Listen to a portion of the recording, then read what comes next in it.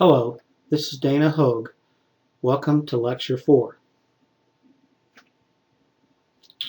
Now, in the first 3 lectures, we talked about how when we make a policy, we set a goal, and then once we set our goal, we ask whether the government ought to intervene. And for that, we have a necessary condition, which is there must be a market failure. Then we ask, if we do intervene, what would be the effect of the government failure?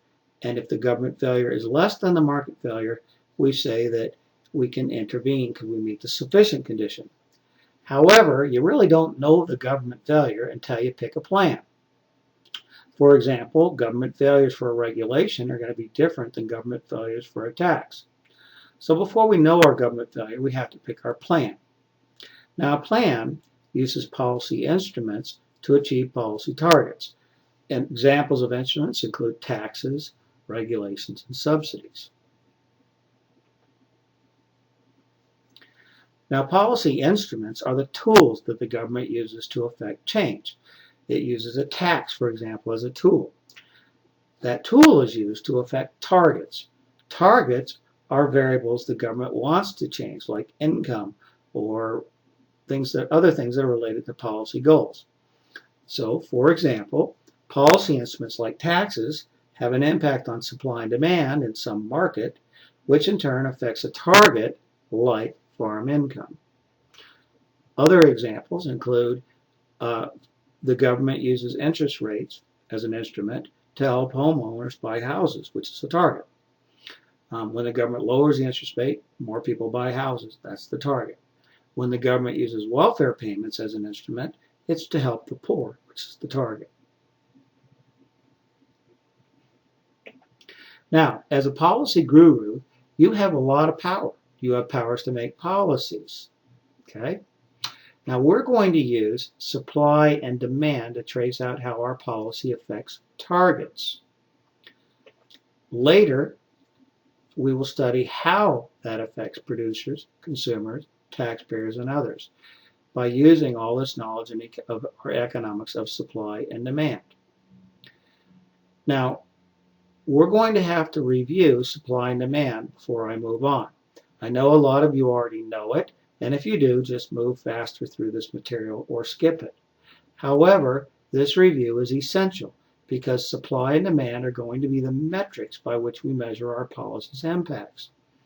Now, you can look at other things besides supply and demand, but supply and demand covers a lot of territory, and it's affected by a lot of policies, and it explains a lot, and it's a good economic tool. Later, if you want to use something other than supply or demand, you can easily expand the concepts or take the concepts you learn here and use them in other situations. So it creates a good framework by which to look at a policy. If you don't know as much about demand and supply as I cover here and you feel like I've gone too fast, you may want to go and look at another source like an elementary or an introductory microeconomics text, or go to a website like the Khan Academy, that's K-A-H-N Academy, to look at something like their video on how to develop a demand curve. They're quite good and they're very short. Let's start with the demand curve and let's ask the question, what is the demand curve? A demand curve is a map of price and quantity relationships. Now, notice that the demand slopes down. Why does it slope down? Well, it slopes down because people buy less or more when price falls. Notice on the top of the demand curve, high prices are low quantities. Low prices result in high quantities of sales. It's a map of what would sell given any price, or given any quantity, what price you could expect people to pay. Now, what is the difference between a movement along the demand curve and a shift in the demand curve? This is one of those concepts that I think a lot of people think they understand, but really don't, or most people don't remember from their undergraduate microeconomics class. We're going to talk about that because shifting the curves is our power. So the key to understand here is that you, as a policymaker, can choose a policy that moves supply or demand in or out in order to get some desired effect. Now let's start here. If the price is set by the supply curve, in other words, if that were the demand curve and I now know supply, then I would say the price would be P naught and the quantity would be Q naught, where supply equals demand. Okay? Now, if for some reason you knew how to create a policy that would shift the supply curve, okay, and we shift it out like I've done here from S naught to S1, we would create a movement along the demand curve. We have changed the amount demanded by moving along the demand curve. We have changed the amount supplied by shifting the supply curve. Two different concepts. Now, if we can move these curves, then we can measure the change in price and the change in quantity from the supply shift given the demand curve, or the changes from a shift in demand given a supply curve. This is your power. We use our knowledge about how to shift supply and demand to make shifts that accomplish targets of interest. Therefore, we need to know what makes supply or demand shift. Then later we'll talk about what kind of shifts we desire most. And of course, we then need to know, if we know what makes demand and supply shift, what makes those shifts occur, which policies would make them occur. So we can start by looking at what shifts demand. There are four categories I'm going to give you: population, income, tastes and preferences, and the price of substitutes. Now let's start with the equilibrium. If I offered a classroom of my students a price of P naught, I would be able to sell Q naught of my product. Suppose that I could sell 3 Cokes if I asked for $2 each, as you can see in this example. But if I charged a little more, I would sell less Cokes. If I charged a little less, I would sell more. That's what the slope of a stable demand curve tells me. By stable, I mean the minute I walk into the classroom, there's a demand curve that exists that instant. But what if I were to walk over to the next classroom that's also got 30 students? I would effectively increase the size of my population, which was the first shifter, from 30 to 60. In that case, I might expect to sell 6 cans of pop or Coke if they're the same, the classroom has the same kind of students. I would sell 6 for the same price of $2. Now notice that's not a movement along the demand curve, because if you look here, you can see that $6 would, on the old demand curve, I'm sorry, 6 units, I would have had to lower my price. But if I don't lower my price, I keep it at $2. If I can sell 6 units, I must be on a different demand curve. So I'm over here on D1. Notice that we've sold more Cokes for the same price. This is not a movement along the demand curve, but people will demand more at the same price because the entire demand curve shifted. So if I had a policy that could somehow increase population, I could increase demand. Why did demand shift in this case? Well, because the population grew. This was one of our 4 reasons. Let's look at the other 3. I said taste and preferences was another example.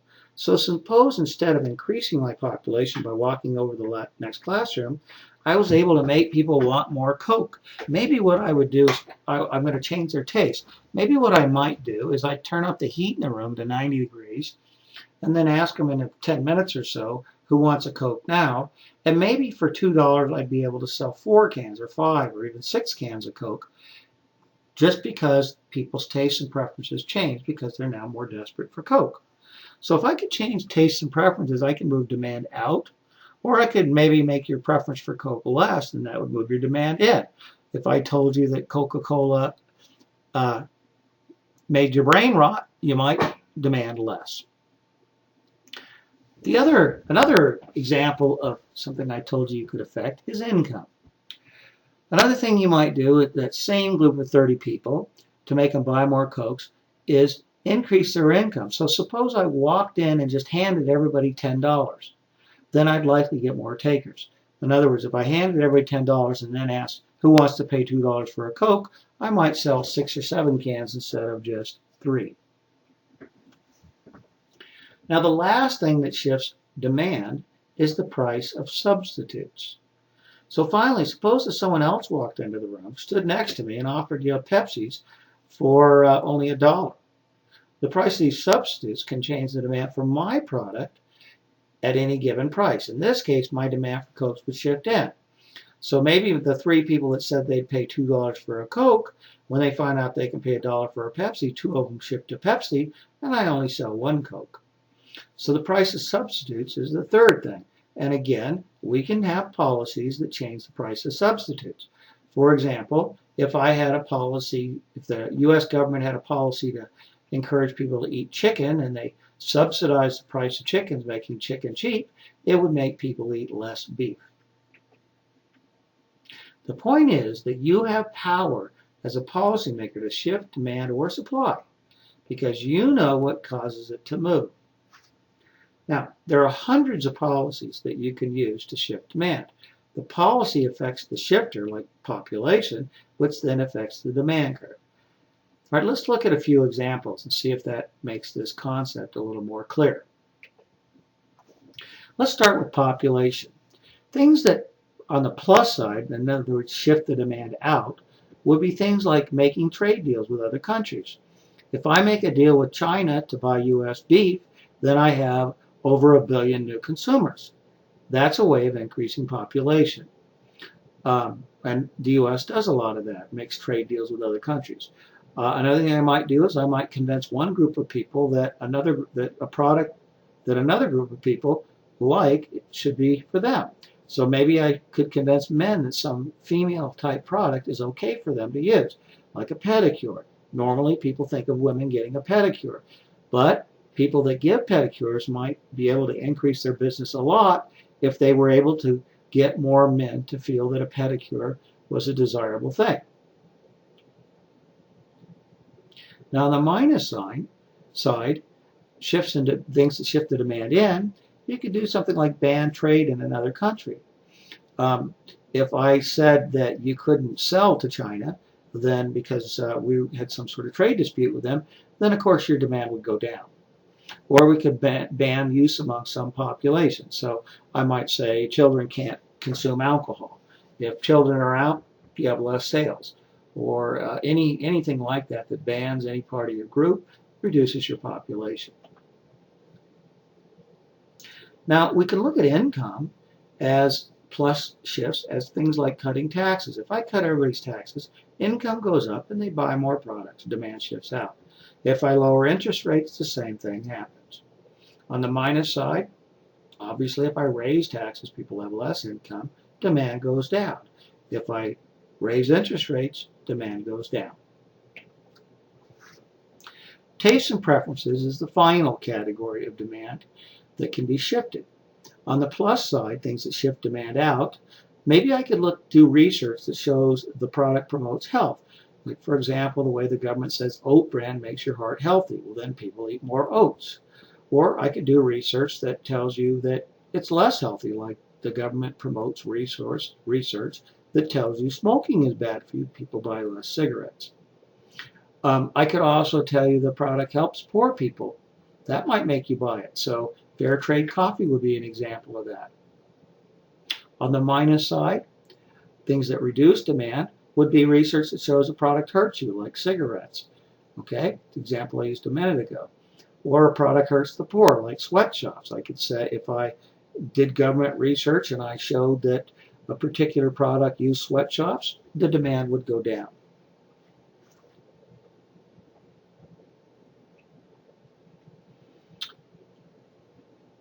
Now, I'm sorry, there's still one left, and that's price of substitutes. We could raise the price of substitutes. For example, raise the price of junk food with taxes so that people buy healthy food.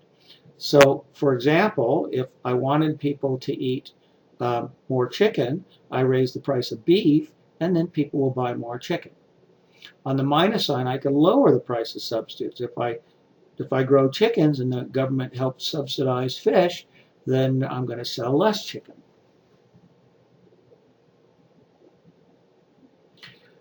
Now, I leave the same lessons about supply for you to read about in the notes. It's the exact same argument. There are even 4 types of shifters. We'll discuss the 4 things that shift supply, but the details about how to shift supply are left for you in the notes. But it's the same idea.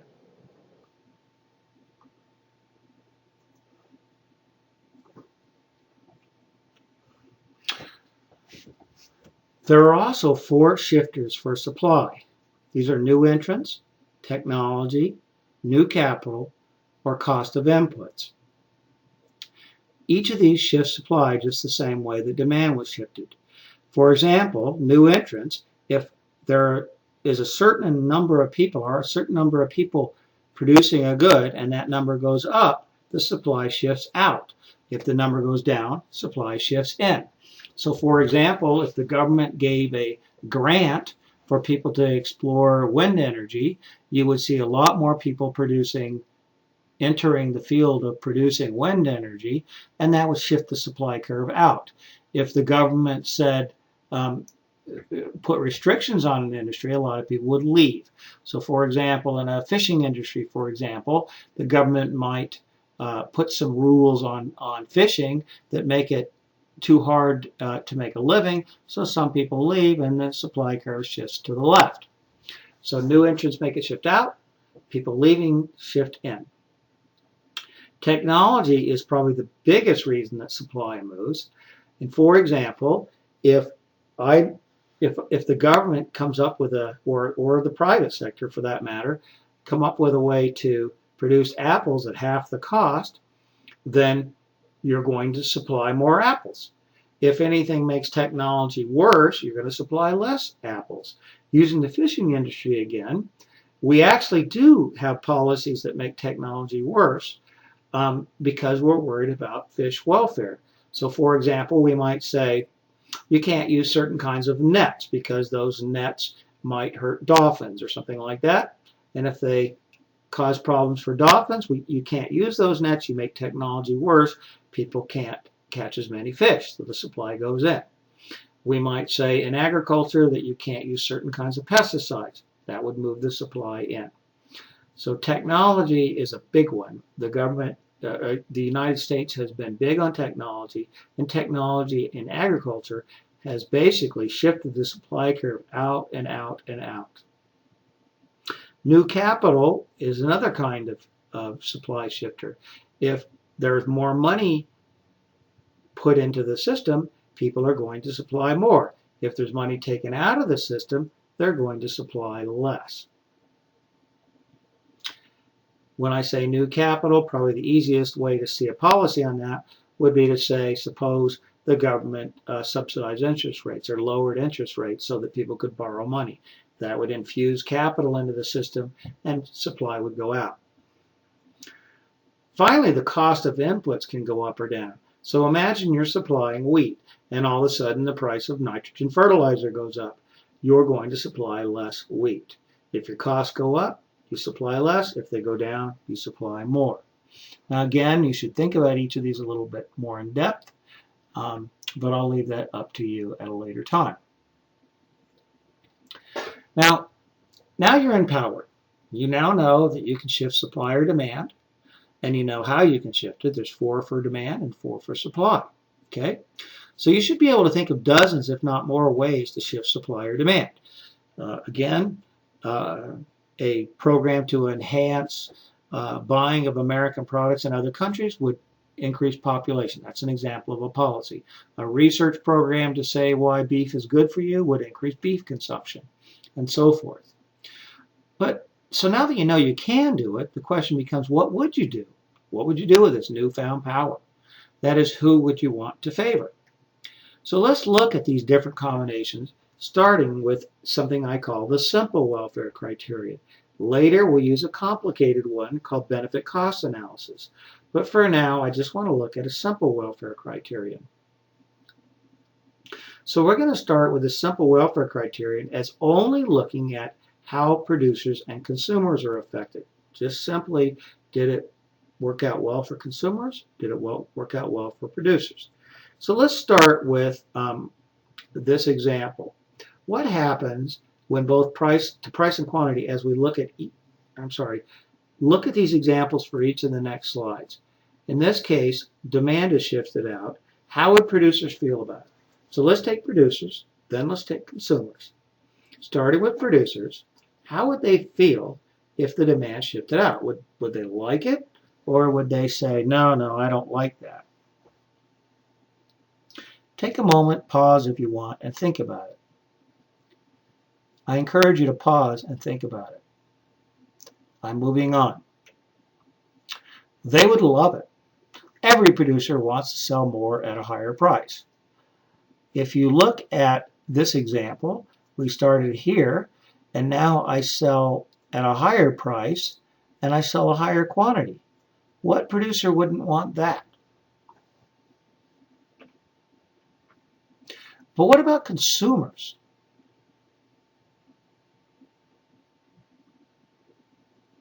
They pay more, okay, as you can see here. They pay more, which is bad. Nobody wants to pay more for their product, but they get more, which is good. So their result is ambiguous. I can't tell, is that good or bad? Well, I have a good, more quantity, and a bad, more price. Let's look at who wins or loses when demand shifts in instead of out. Okay?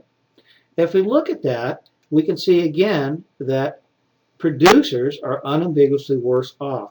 In other words, producers started here. They have a lower price and a lower quantity. Bad for producers.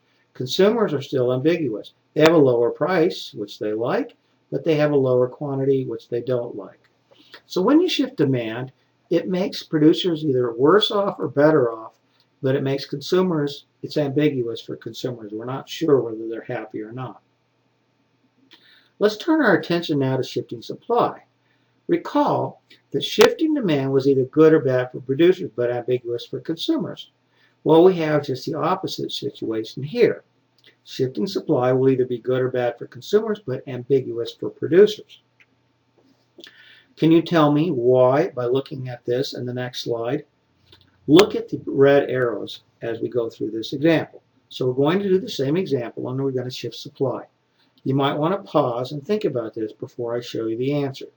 That is, shift supply in for this graph and tell me whether you think producers would be happy or sad and whether consumers would be happy or sad. I'll wait a minute for you to pause if you would like.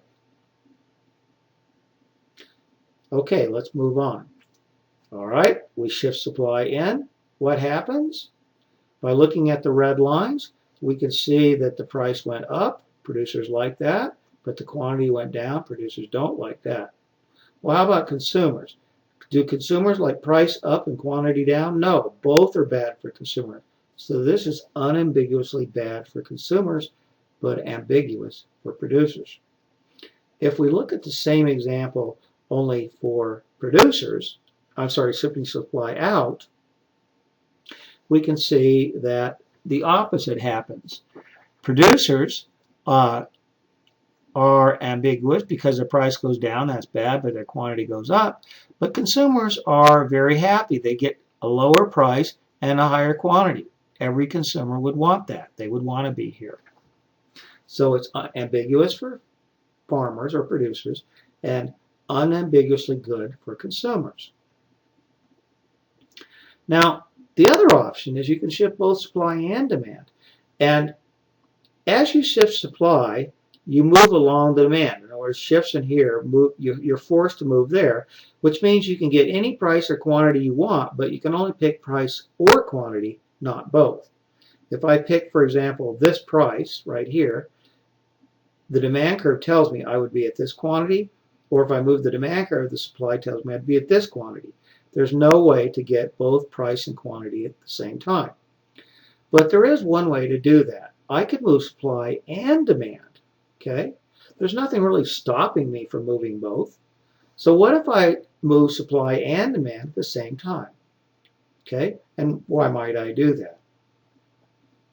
If you look back at the slides where only one curve shifted, those combinations were fixed, as I pointed out a second ago, but you can't change the quantity. You control price, but not both, as I just said. However, there's nothing stopping you from moving both supply and demand with two different policies. Let's experiment with below to see what happens.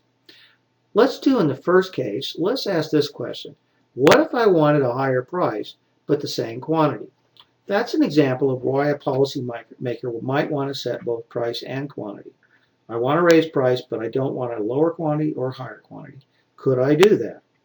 Well, sure. If I move supply and demand, notice that what I've done is I have raised the price as shown in this arrow, but I haven't changed quantity at all. Okay? Now, here's another example to consider. Suppose I wanted a lower quantity but the same price. Again, I move supply and demand. In this case, I move from here to here. So I have lowered my quantity as I desired, but I haven't changed my price. It's still the same.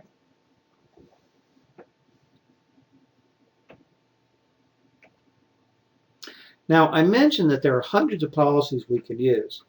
Now that we know we can move supply or we can move demand, and we know how to do a simple welfare analysis, we can really get some ideas about what we might want to do. For example, if you're a farmer, probably the top thing to do would be to shift out that demand curve. That's why you see farmers asking for policies, for example, to enhance demand in other countries. Now, to make things a little easier, I'm going to talk about 5 main categories.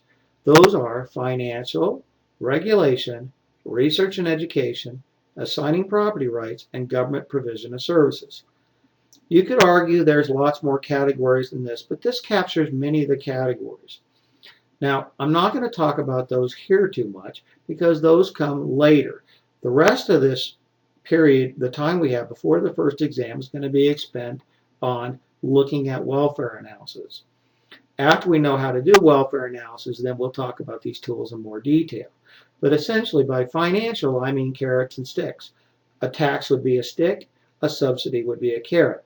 So I offer you a financial incentive which either raises or lowers your demand or supply.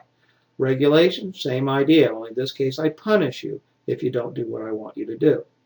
Research and education, the government could have policies on research that maybe change preferences. Assigning property rights, the government just simply sets a lot of things in motion by making the rules by which we play. So for example, on airplanes, smokers used to have the property right and non-smokers just had to put up with the smoke, and now it's the other way around. That's an example of assigning property rights. The fifth is the government just provides a service. The government just takes over and does it. The post office or the military would be examples of that. Now that's all we have for this part 4.